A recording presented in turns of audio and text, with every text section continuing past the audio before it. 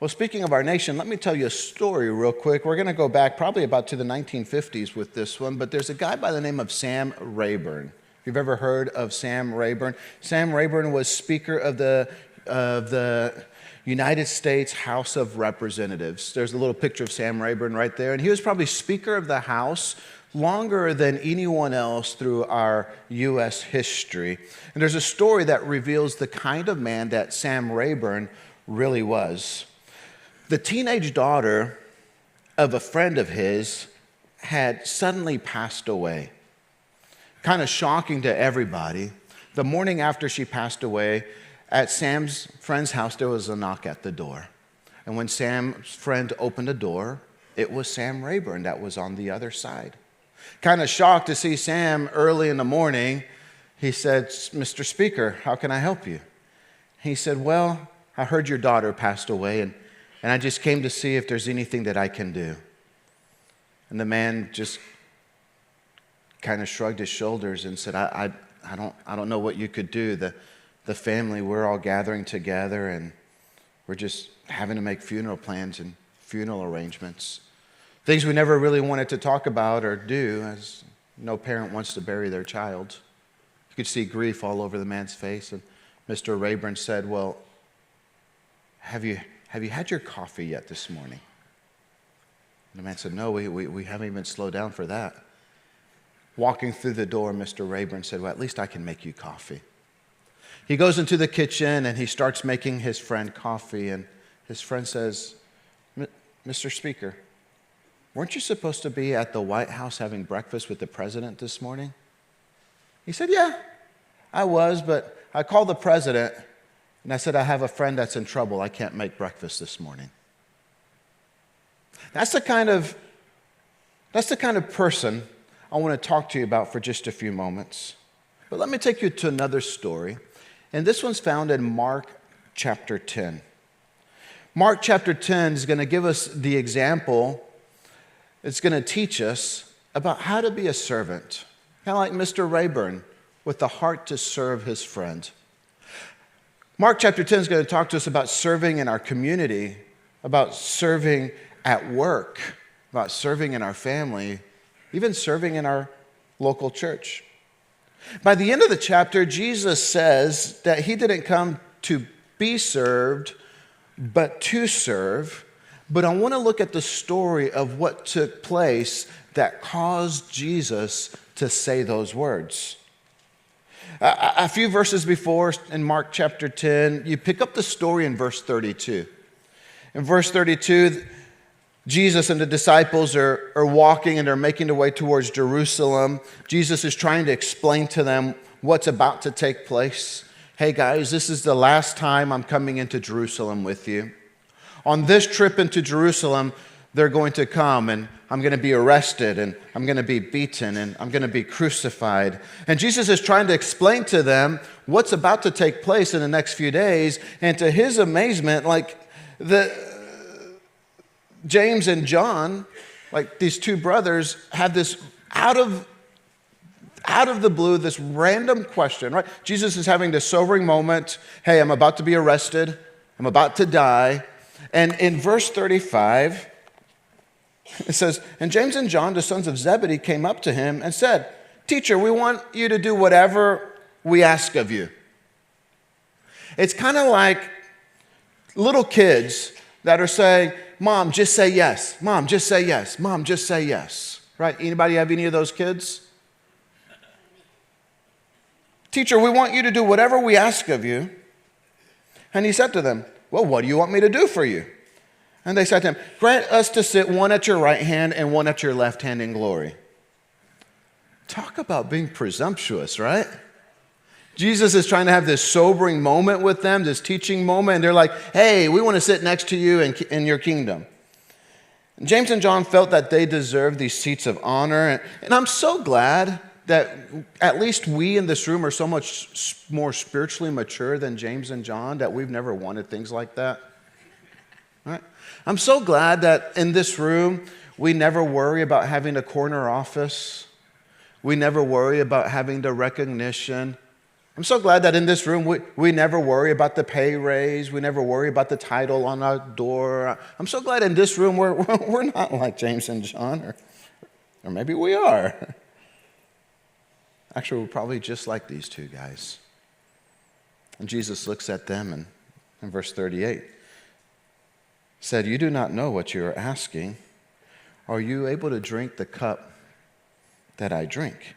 And anytime you see the word cup in the New Testament, it's always a picture of life or death. And so James and John say, "Oh, yeah, sure. Like, we can do that. No problem." And then Jesus says, "Well, those seats are not really for me to grant." Bear in mind that this conversation is not just a side conversation that James and John and Jesus are having. You have to remember that there's 10 other eavesdropping disciples that are listening in on this story right now. And so Jesus kind of goes, "Guys, this is kind of awkward right now. Like, you have everybody that's listening." So Jesus jumps into this impromptu lesson on servanthood. And so he says, "But whoever would be great among you must be your," let's say that word together. "But whoever would be great among you must be your servant." Yeah. "And whoever would be first among you must be a slave of all. For even the Son of Man came not to be served, but to serve and to give his life as a ransom for many." Listen, service looks different. Serving looks different. Living a lifestyle of serving others is so countercultural because in our culture, usually we want to get something out of it. We want to be seen, we want to be recognized, we want to be remembered, we want to be applauded. But people take notice when you live differently. And serving is so countercultural. Here's what I mean, and you can write this down in your notes. When you serve, you look like Jesus. When you serve, you look like Jesus. People see the reflection of Jesus in your life. I think that's one of the reasons why I believe serving is so important. Albert Schweitzer once said, "Example is not the best way of teaching, it's the only way." Your example is so important. Your example when you serve, when you choose to serve, or when you choose not to serve. It speaks volumes of your character and who you are, and there are watching eyes that are always watching you. Your example is not the best way of teaching, it's the only way. And when you serve, you have the example of Jesus on your life. John chapter 13 illustrates Jesus' concern with service. It was just before the Passover meal, kind of tied right after what was taking place in Mark chapter 10 that we read earlier. Jesus, again, was intending to talk with his disciples at the Passover meal about what was to take place, and he wanted to share his love, the love that he had for all of his disciples. Judas Iscariot was still among them. He hadn't left to go get the religious leaders to come and betray Jesus. He was still there. And all of the disciples were there. Everyone was seated around the Passover table of the meal, and everybody was there, except there was one obvious person who was missing that day. And it wasn't Judas Iscariot, but the obvious person who was missing that day would have been the little servant boy that would have met you at the doors to the house to wash your feet. See, it's customary in those days when you came in to a house to wash your feet. You wore open-toed sandals, and there was dust and dirt and whatever was left out on the roads from all the passing by animals. And so you would wash your feet at the doors in order to come in. But that little boy wasn't there that day. It was Passover. Perhaps that little boy was celebrating Passover with his family. We don't know. Scripture doesn't tell us. But regardless, nobody else picked up the towel and nobody else did the job of washing feet. Everyone came in and took their place, trying to find a close place, a seat of honor close to Jesus. And while all of that was going on, the disciples once again get into the argument of who's going to be the greatest. Different day, different location, same argument. Who's going to be the greatest? Who's going to be it's like a bunch of little kids just arguing like, I'm better than you are. Peter, well, I'm the one who had that great confession about Jesus. And I walked on water. Did you walk on water? No, you didn't. I walked on water. Right? You have Andrew, and Andrew saying, yeah, but Peter, if it wasn't for me, you would have never even met Jesus. Again, you got James and John. We heard their story back in Mark, and maybe James and John are there going, yeah, but we're brothers, and we're called the sons of thunder. We can start a family dynasty. Right? They're all sitting here, and they're arguing about who's going to be the greatest in the kingdom of God. And in their peripheral vision, they see some movement. Often in the distance, they see some movement, and they don't even realize while they're arguing about who's going to be the greatest, that somebody went over and picked up a towel and poured some water into a basin of water. And they don't even realize what's happening while they're arguing about who's going to be the greatest until they see that the one that's wrapped with the towel is the one that they believe to be the Son of God.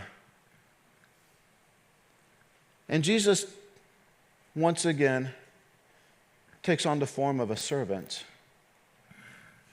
as he goes to each disciple and he picks up their dirty, smelly, calloused, cracked feet and dips them in water and washes them.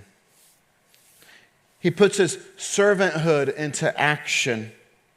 He'd already given this speech who knows how many times. And his speech on servanthood apparently had fallen on deaf ears. And now he chose to give the example of servanthood. And going from person to person, Jesus washed their feet. Have you ever been to a foot washing service before? Well, if you haven't, today you're in for a special treat. And we're going to ask our ushers, they're getting some basins of water right now, and they're going to come down each row. And so the person on the left of the row, you're going to take the water from them, and everyone else can take off your shoes and socks, and you're going to just turn to the person on your left, and you're going to make your way down that way, and each one will wash each other's feet. I'm waiting for them to come through the door. Okay, I'm kidding. We're not really having a foot washing service. But I wanted to say it that way because for some of you, you panicked.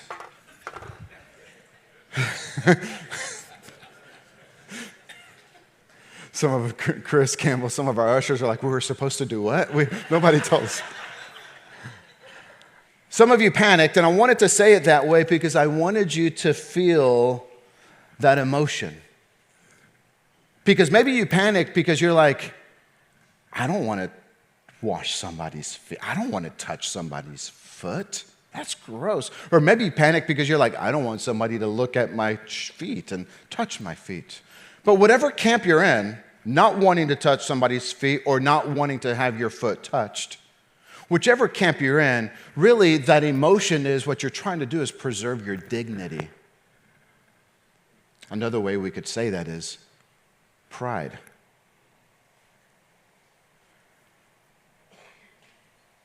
I led you to believe that was going to happen because I wanted you to have that feeling and realize that serving, by its very nature, is neither glamorous nor glorious. So you and I, we can check our dignity at the door, and we can leave our pride at home because it's not about you, it's always about Him. That's why our vision statement here at Life Church, and it's really big on that Western Wall corridor, says it's all about changed lives. Never has it said it's all about you. Never has it said it's all about you and your preference. Never has it been it's all about you and what you like.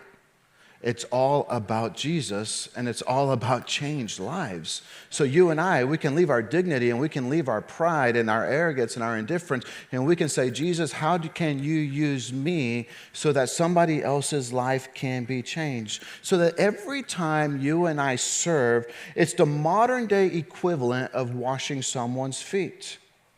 Every time we serve, we're imitating the example that Jesus gave us at the Last Supper. Francis Assisi said, preach the gospel at all times. If necessary, use words. What is he saying? He's saying your example, your life, what you do speaks louder than the words that you say. Serving gives us the example of Jesus. Here's a second thought, and I want to leave you guys with this. When you serve, it changes you. When you serve, it changes you. If you serve out of obligation, you're probably going to have a pretty sour attitude. It's going to be inconvenient. You're not going to want to do it. You're going to have 1,000 reasons why something else would be better. There's no benefit from serving out of obligation. You'll be the same person you've always been, whining and complaining that you have to get up early once again. But serving with an attitude of love has a way of changing you. Richard Foster says there's a difference between choosing to serve and choosing to be a servant. There's a difference between choosing to serve and choosing to be a servant. Let me describe or explain that for you. Here's what I mean. When I choose to serve, I retain control. When I choose to serve, I choose who I want to serve and who I don't want to serve. When I choose to serve, I choose when it's convenient to serve. But when I choose to be a servant, I give up all rights to control. When I choose to live a life of servanthood, I'm willing and available to serve whoever God puts in my path. In other words, service is not about adding another activity to your already busy schedule. It's about changing me from the inside out so I'm seeing the opportunities to serve that God brings into my life. Let me remind you of what those opportunities to serve might look like. Maybe it's that latchkey kid that lives across the street that just wants someone to throw a ball with them. Maybe it's an elderly widow who's dying of loneliness and would just love to have someone to talk to. Maybe it's that young couple that's going through a difficult time in their marriage, and they're just praying that someone would come alongside to encourage them, believe in them, and say, we've been through it, and we came through it, and we believe you're going to come through it, and we'll stick with you through it. You see, there's so many believers that use all kinds of excuses about why they can't serve. So let me just ask you, can you bake? If you can bake, you can serve. Can you landscape? If you landscape, you can serve. Can you water the flowers of your neighbors while they're gone on vacation for a couple of weeks? You see, Jesus said in Matthew chapter 25, verse 40, truly I tell you, whatever you did for one of the least of my brothers or sisters of mine, you did for me. You did for me. Jesus is in your neighborhood. He's at your work. He's at your school. He's in your family. He's waiting for you to reach out to serve. He's waiting for you to choose to be a servant. Not just to serve when it's convenient, but to serve because you're simply called to be his follower and follow his example. Remember our story we started with? Mr. Rayburn, I thought you were having breakfast with the president at the White House today. And he answered, I was, but I called the president and I told him I have a friend in trouble. Let me ask you, do you have a friend in trouble? Do you have a friend that needs you? Do you have a friend that's slowly, agonizing, waiting for someone to come alongside and help? I know usually the first thought we think of are all the reasons why we can't. We have too many obligations to do, or when it comes to even serving in a church capacity or serving at your local church, we start thinking of all the reasons why. Well, God wouldn't want somebody like me. Does God know my past? Does God know my failures? Does God see what I've done? Does God know how many times I failed? I can't. But when I read through the pages of the Bible, one thing I discover is that God can use anyone. There's all kinds of people that I probably wouldn't have given a second thought to that God chooses to use. Think of all the unlikely people in the Bible. Noah was a drunk. Job went bankrupt. Abraham was too old. Joseph was abused. Moses was a stutterer and also a murderer. Rahab was a prostitute. Gideon was afraid. David was an adulterer. Jonah was a man who actually ran away from God. Matthew was a tax collector. The Samaritan woman had been divorced. And Saul persecuted the church. And yet God chose to use the most unlikely people. In our culture, we look at people's resume, we look at their certifications, we look at their life to approve or disqualify them from serving. We want to know if they're capable of doing the job or not. Their titles, their diplomas, their achievements, their name. Who are they? Can we trust them? But God has a way of using the most unlikely of people, because God never asked us to be qualified. He just asked us to be willing. And so the question is, are you willing? Because God can use anyone. I've learned that if God can use anyone, then God can use me. And if God can use me, God can use you. If you're new to Life Church, this is one of our core values we have, to serve like Jesus. Why?